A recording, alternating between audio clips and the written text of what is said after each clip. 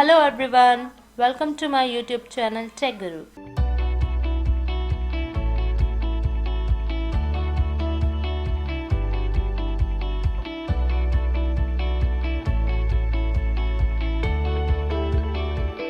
Please click on the like, share and subscribe button. Hello friends, welcome to my YouTube channel Tech Guru. Today we are going to study about functions in Python. Friends, function is a set of statements or a block of code which only runs when it is called. Consider you have written some statements to execute a particular task. This set of statement is known as function because it performs a particular task for you. You must have noticed this print statement. It is used to print a particular message on the screen, but actually it is a function. That is inbuilt function of Python. Print. After print there is round bracket.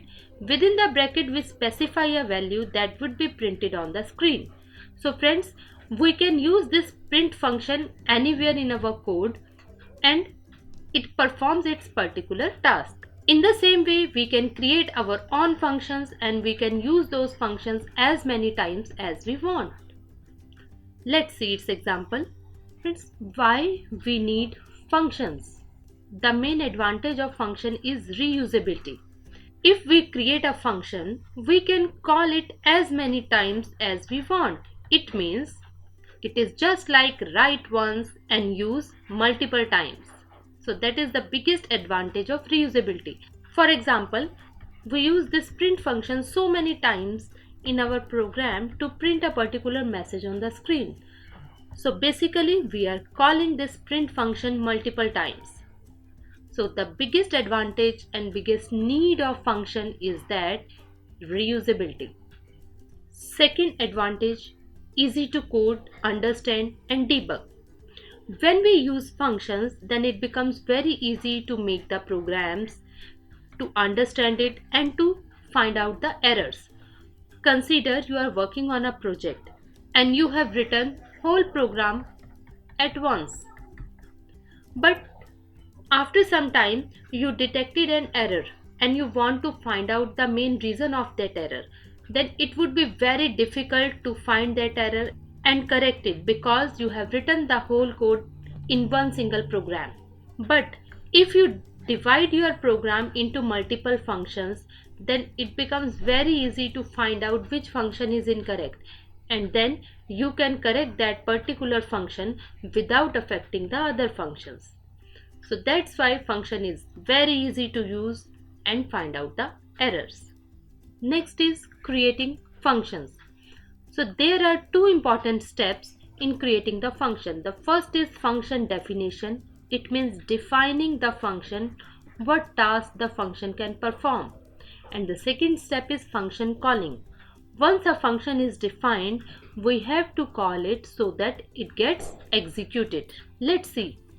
To define a function, we have to use this keyword def, def. After that we give a space and then we give the function name. So fun underscore name is here name of the function. You can use underscore sign, alphabets and numbers in function name. After function name we give this round bracket. After round bracket we put colons. If we want to give any input to the function, that input is provided inside the bracket. We will study it in the next video. Right now we are understanding the simple functions only. Right? So this colon after the bracket indicates the start of the function. In this function I have written three statements. We can write any valid Python statement within the function. But be careful. I have given some space before the statements. Because if you remember, I told you earlier that in Python there are no curly braces used to specify the scope. The scope is specified with the help of this indentation. So right now these three statements are part of the function fun underscore name. If you want to write any statement outside the function, then you have to move back to the left side. From this point you can start your next statement. It will not be the part of this function. Once a function is defined, the next step is function calling. So right now here In the first statement I am printing a message, in second statement I am printing a message, and after that I have written the function name. It is function calling.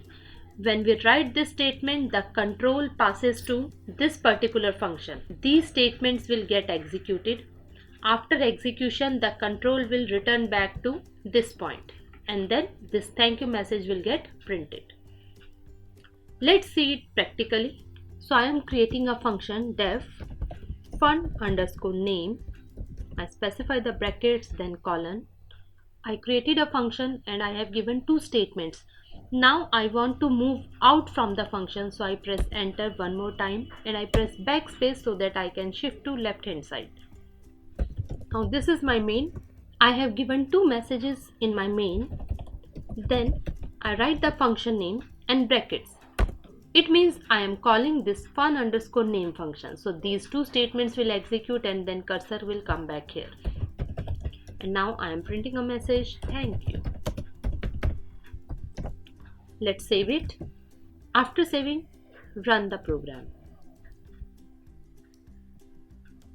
Friends, look at the output. Now let's understand it. So what's happening? First of all, due to this welcome, this message is getting printed here. Then calling function. So I'm getting this message. After that, I have called fun underscore name function. So control will move to this function. These two statements will get executed. These two statements will execute. That's why I am getting these two lines. After completing the function, the control will come back to the main. The next line after the function calling. That's why I am getting this message thank you in the last. So I have defined a function here and I am calling this function from here. Now let's call this function more than once. So I change my code, save the program and run. Now just look at the output. I defined this function one time. I am calling it 3 times. So it is executing 3 times. So I got these messages 3 times. So in this way we can create a function once and we can call it as many times as we want. That is the main advantage of function, reusability. I hope it is clear. So you can assume functions like this main, where we write our Python code directly, is the boss of a company and he has 3 different employees. And employees are our function 1, function 2 and function 3. The boss can give any task to its employees, fun 1, fun 2, fun 3. And the same thing I have implemented here in coding. I have defined a function fun 1 having 2 statements, fun 2 and fun 3. This is my main because I can run my Python code directly from here. This is the message printed by main. Now this main boss is calling fun1 function. So the working of this particular function will execute, then control will come back here. In the next step we are calling fun2. So control will go to here. These 2 statements will execute, then control will come back here. Then we are calling fun3. So the control will move here. These statements will get executed and control will come back to main. So in this way the working of functions happens. Now let's see an example. Create a calculator that accepts user's choice to perform different tasks like addition, subtraction, multiplication and division. We create different functions to perform these tasks and then call these functions. So basically we want to create a calculator where we can add the numbers, we can subtract, we can divide and multiply. We can do this task in one simple program also in the main, but because we are learning functions, so we will do it with the help of functions. So let's do its coding. I am going to create 4 different functions for addition, subtraction, multiplication and division. So friends, I have created a function add here. This is function name. Inside function I have written a equal to int input enter first number. So with the help of input I will accept a number. This int will convert this number to integer and store it in the a. In the same way I have accepted second number, convert it to integer and store in b. Then I write C equal to A plus B. It means both the numbers will be added and result will be stored in C. And now I am displaying the result. Result of addition is C. In the same way, I have created a subtract function to subtract the numbers. Then I created multiply function to multiply both the numbers. Then I created divide function. But in the divide, for accepting second number, I have written except 0 because we cannot divide any number by 0 because divide by 0 means infinity and that is not possible. That's why I have written enter second number except 0. Then we will divide both the numbers and store the result in C and display the result. So here I have defined 4 functions. Right? Now we have to call them. So from here my main starts. First of all, I printed a message welcome. Then I have printed 4 different messages to indicate that 1 is for addition, 2 is for subtraction, 3 is multiply and 4 is division. Then I accepted user choice. Whatever choice user enters 1, 2, 3 or 4, that will get converted to integer and store in R. Now depending on the value of R, I have to call different functions, add, subtract or multiply. So I am checking. If R is equal to 1, then I am going to call this add function. But if R is not 1, else I have to check R is 2. So I am using the shortcut of else if elif. If R is not 1, is R is 2. If R is equal to 2, I will call the subtract function. It means control will go to this subtract function. It will execute, display the result and then control will come back to the main. Then I am checking if R is not equal to 2, is R is 3, is R is 4. So whatever value I enter in R, based on that particular function will execute.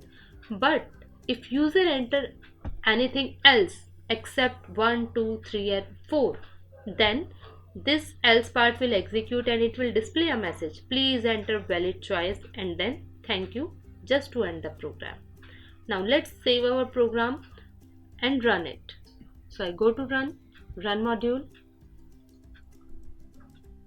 see the output. Welcome, press 1 for addition, 2 for subtraction, so I am using 3. Enter first number, I said 5, second number, I said 4. So the result of multiplication is 20 and then thank you. So I got the output.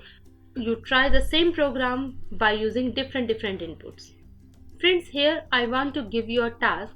Right now in this program, this operation is executing only once and after that we are getting this thank you message and the program stops. But you have to make changes to your program so that first of all it gives the same result.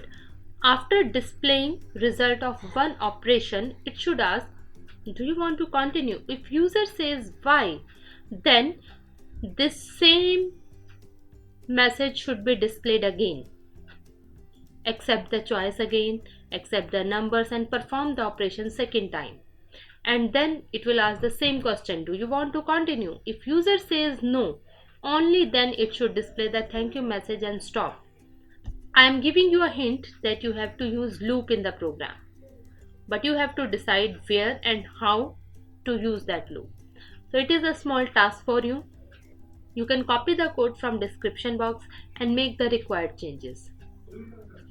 Friends, I hope you must have enjoyed this session.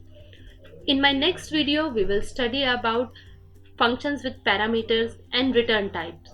So please click on the like, share and subscribe button and keep learning. Thank you.